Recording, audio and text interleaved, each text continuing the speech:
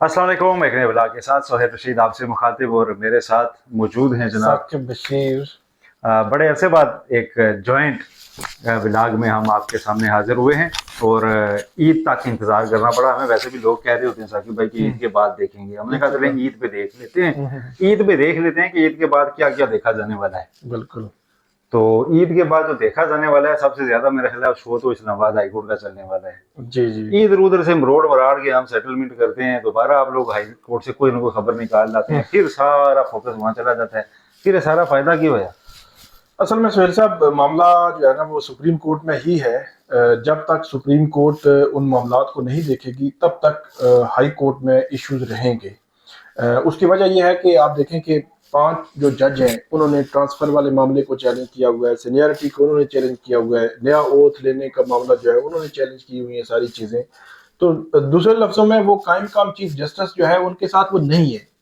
तो दूसरी जानिब अगर आप देखें तो कायम काम चीफ जस्टिस उनके साथ भी हमें नजर नहीं आते। तो इसलिए रोजाना की बुनियाद पर कहीं ना कहीं माजराई, रस्सा कशी, इख्तियारात की जंग वो जो है वो नजर आती है। तो लेकिन ये तो ऐसे ही रहेगा, क्योंकि अभी आपको पता है कि 11 को हम ईद के बाद जो पहली चीज देखने जा रहे हैं ना, वो ये है कि सुप्रीम कोर्ट में एक इस इमारत में इजलास होगा ठीक। जिसे जुडिशल कमीशन का इजलास कहा जाता है। और उसमें जो है ना प्रोसेस शुरू हो जाएगा कायम मुकाम चीफ जस्टिस साहिबान को मुस्तकिल करने का। ठीक। उसमें ज्यादा से ज्यादा यही होगा कि जस्टिस मुनीब अख्तर, जस्टिस मंसूर अली शाह उठ के चले जाएंगे कि जी ये तो चैलेंज हुआ है, इसको तो पहले आपने जुडिशल साइड पे सुनना था, इसको आप किधर कमीशन में लेके बैठ गए हैं। इस्लामाबाद हाईकोर्ट को तो एजेंडे से निकालें, तो उनको चले जाने से क्या होगा? मेजोरिटी वोट से दोबारा हो जाएगा। एक बंदा शायद राज था अख्तर हुसैन साहब, वो पहले फारिग हो चुके हैं। या अफरीदी साहब कहेंगे कि अब मेरा तो वोट बेशक मैं कह रहा हूँ लेकिन अब मेजोरिटी जो है वो उसी हाँ, को माना जाएगा। मेजोरिटी हुकूमत का तो गवर्नमेंट का तो सिंपल सा फार्मूला है। वो कहेंगे मेजोरिटी देख ले जी क्या करना है और क्या नहीं करना। हालांकि उसूली तौर पर ये बनता था कि ये एक्टिंग चीफ जस्टिस पर हाई कोर्ट, आधी हाई कोर्ट जो है ना वो उसके जजेस जो है वो सुप्रीम कोर्ट गए हुए हैं। इतना बड़ा मसला बना हुआ है और उसके असरात भी हमें नजर आते हैं सुहेल साहब। इंपॉर्टेंट नोयत के केसेस उन जजेस के सामने नहीं लगते, पब्लिक इंपॉर्टेंस के केसेस उनके सामने नहीं लगते, पॉलिटिकल नेचर के केसेस उनके सामने नहीं लगते। ये हेबियस की जो पिटीशन आती हैं, अबस बेजा की जो दरखास्तें आती हैं वो नहीं लगती, जिसमें गवर्नमेंट डायरेक्टली, मतलब अभी रिसेंटली केस आया था कि चीफ इलेक्शन कमिश्नर और 2 मेंबरान की तैनाती। तो वो जो पॉलिटिकल एंगलिंग है इसमें, वो केस भी जो है वो उन 5 जजेस के सामने नहीं लगा।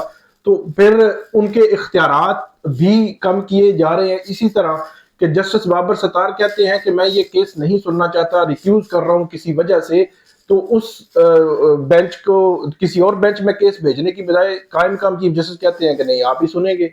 तो हालांकि ये कानूनी तौर पर हमने देखा है रूल्स में है कि जो जज रिक्यूज कर ले उसके बाद फोर्सफुली किसी का इंतजामी साइड पे या जुडिशियल साइड पे इख्तियार नहीं है कि जज को कहें आप नहीं सुन रहे। फिर एक जज जो है वो जस्टिस सरदार एजाज इसाक खान एक केस सुन रहे थे, तो वो केस उनसे ले लिया गया, कंटेम्प्ट का केस था।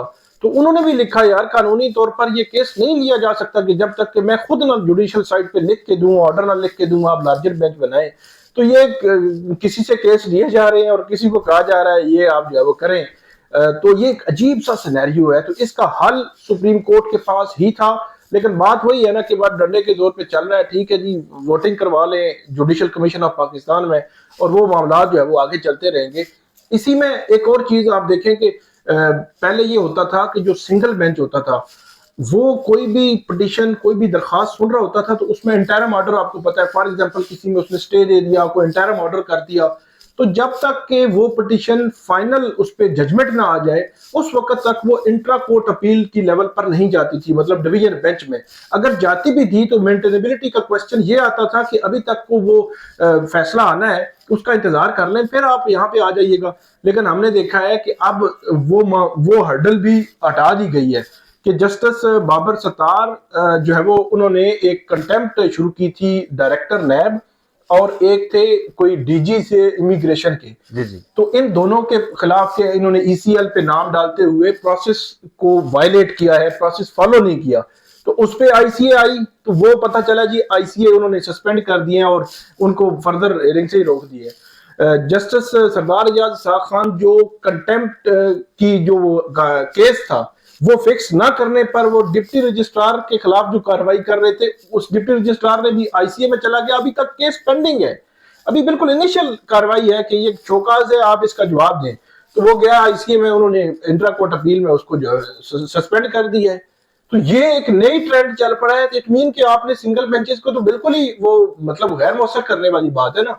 माजी में हमने देखा कि जब ये थे डिप्टी कमिश्नर इरफान नवाज मेमन जी जी, उनके मामले, जी जी जी सितारा जरूरत नहीं, जी, सॉरी, इसी तरह कोई जरूरत हो बहादरी, शान पाकिस्तान कुछ उनको दिया कुछ गया। कुछ अवार्ड दिया गया। वो जस्टिस बाबर सत्तार ने कहा था कि आप जो है वो अब तो अगर आपके खिलाफ कार्रवाई होगी तो आपको तो अवार्ड भी मिलेंगे।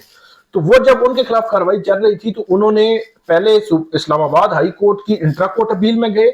उन्होंने कहा मेंटेनेबल नहीं है क्योंकि अभी तक फाइनल फैसला नहीं आया।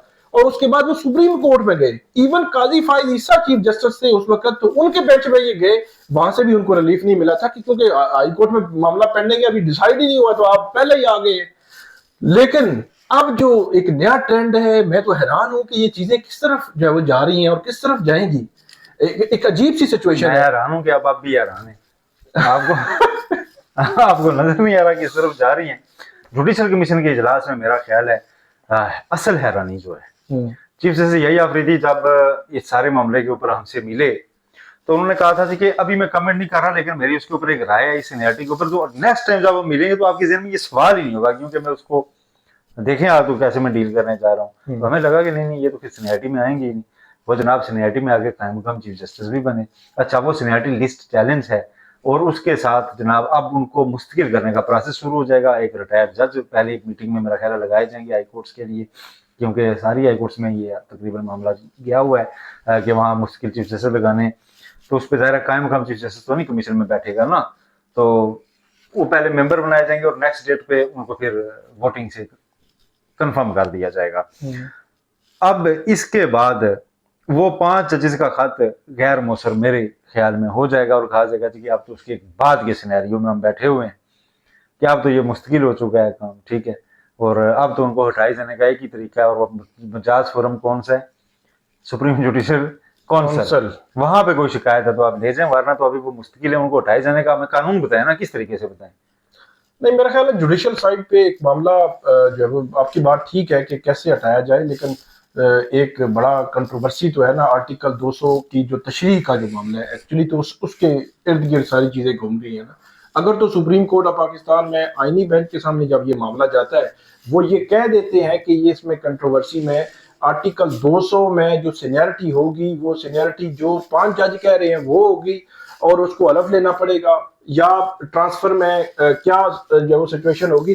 तो मेरा ख्याल में अगर 5 जजेस की बात मान ली जाती है तो फिर तो ये चीजें रिवर्स होंगी। उसमें ये हो नहीं सकता कि आइन की तशरीह तो अल्टीमेटली वो जो कंट्रोवर्सी है ये आइन की तशरीह पर जब वो अटकी हुई है।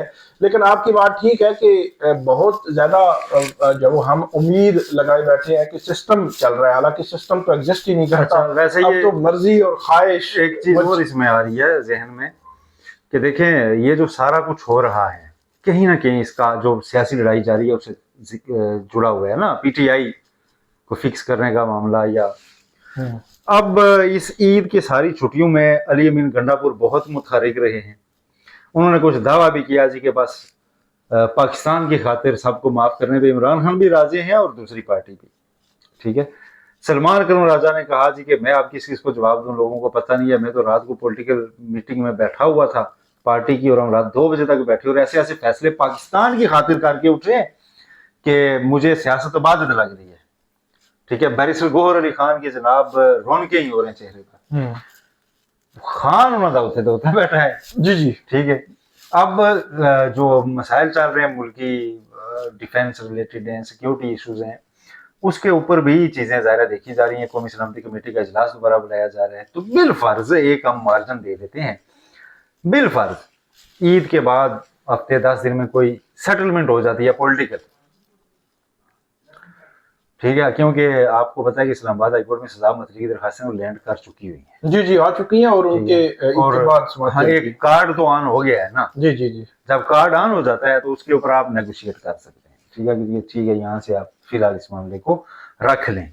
फिर गवर्नमेंट बड़ी बढ़ चढ़ के कह रही है कि वो इन्होंने पैरोल पे लाने के लिए रिक्वेजिशन देनी थी, तो अब दोबारा अगर इजलास बुलाया गया, बिलावल भुट्टो मुतहरिक हैं और इतलात हैं कि वो चाहते हैं कि पीटीआई को इस बार वो इंगेज करें और लेकर आए, तो अगर ये सारी चीजें हंसी खुशी साहब रहने लगे तो फिर बंदा पूछे फिर तेरा क्या होगा कालिया। ये जो जुडिशल साइड पे ये सारे मतलब लोग सेट किए गए हैं, इनकी तो जरूरत नहीं रहेगी।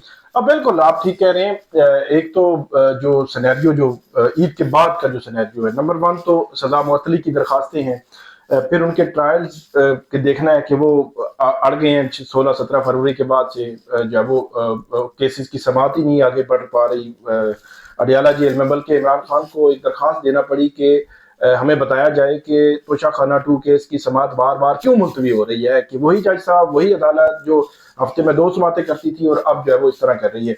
जो बात आपने की कि सिनेरियो बदल सकता है, सेटलमेंट, ये वो चीज़ें, एक चीज़ तो सुहेल साहब जो मुझे बड़ी क्लियर नज़र आती है, क्योंकि ये एक एडमिटेड फैक्ट है जो हुकूमत भी जानती है, वो उनके मुखालफिन भी जानते हैं, पीटीआई के अंदर बाहर जो लोग सहाफ़ी हैं वो भी, कि इमरान खान साहब की पॉपुलैरिटी लेवल बहुत ज़्यादा है।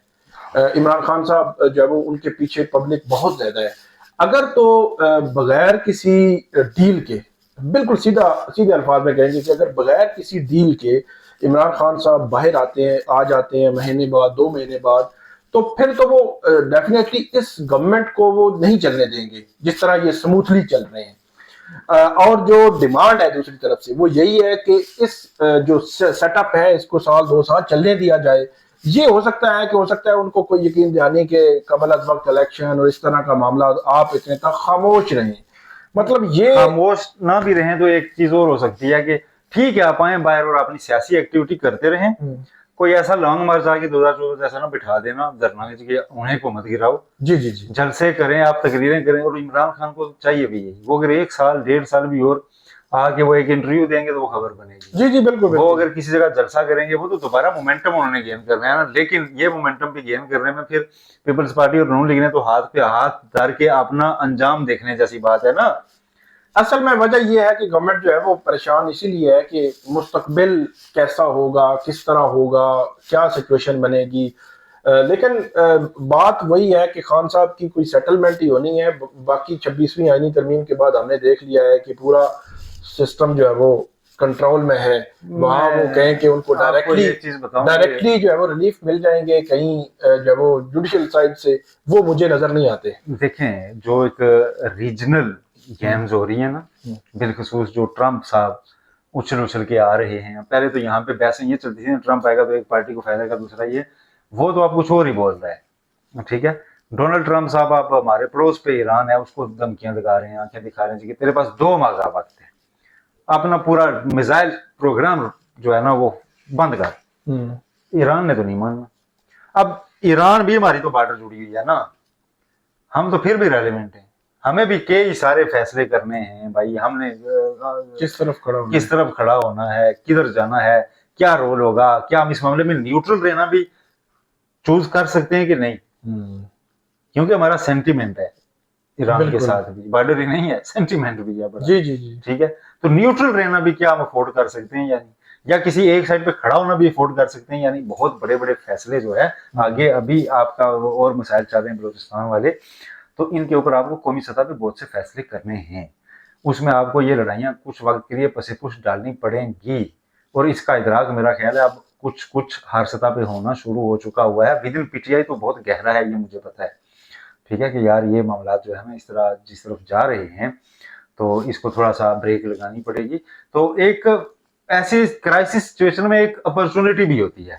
जी जी, क्या आप कहें जी पाकिस्तान की खातिर, वो 2014 के पाकिस्तान की खातिर हम मतलब देखे ना कि 126 दिन इमरान खान साहब ये कहते रहे कि नवाज शरीफ इस्तीफा दें, घर जाएं, गवर्नमेंट खत्म, ये वो इलेक्शन, लेकिन वो एक ऐसा बड़ा अनफॉर्चुनेट इंसिडेंट हुआ, एपीएस का वाकया हुआ, तो अगले दिन इमरान खान साहब जो है वो पेशावर में एपीसी में वहां बैठे हुए थे, नवाज शरीफ और वो इकट्ठे बैठे हुए थे और प्राइम मिनिस्टर ऑफिस में, और नेशनल एक्शन प्लान बन रहा था, और मतलब एक पूरा सिनेरियो ही था। हाँ, तो हमें लाजमी हर बार हादसा होने का इंतजार तो नहीं करना चाहिए। तो उसमें मेरा ख्याल है किसी न किसी सतह पे एंगेजमेंट होगी। ऐसा तो नहीं है कि हम जितना नॉन सीरियस समझें, ऐसा भी नहीं होता। जो मुल्क के करता होते हैं उनको पता होता है कि क्या क्या मसाइल हैं, और अगर आप इमरान खान अगर जैसे आपने अभी कहा कि पॉपुलर हैं, अगर उनकी पॉपुलैरिटी काम आती है, वो निकल के लोगों को समझाते हैं कि यार ये मसाइल इस तरह हैं, तो लोगों को समझ आता है और एक यूनिटी की फिजा बनती है, और उसी में पाकिस्तान की बका है, उसी में। बिल्कुल बिल्कुल, आखिरी बात यही करेंगे कि ये बात आपकी 100% ठीक है,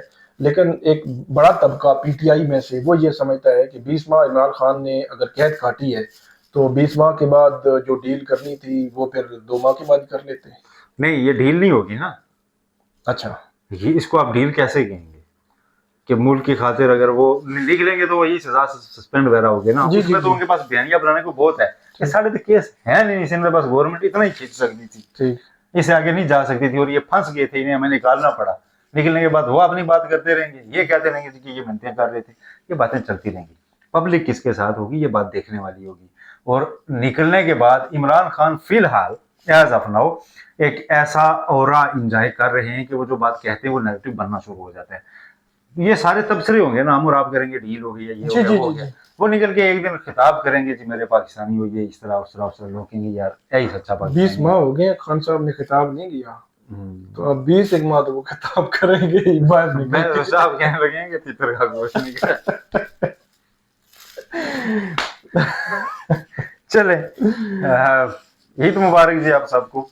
अल्लाह बेहतर करे, ईद पे हम अच्छे गुमान के साथ ही तज्जिया कर सकते हैं, और अल्लाह करे कि ऐसा ही हो और सब कुछ सेटल हो, और बड़ी ईद सारे जो है वो हंसी खुशी मनाएं। बहुत शुक्रिया, थैंक अल्लाह यू। हाफिज़।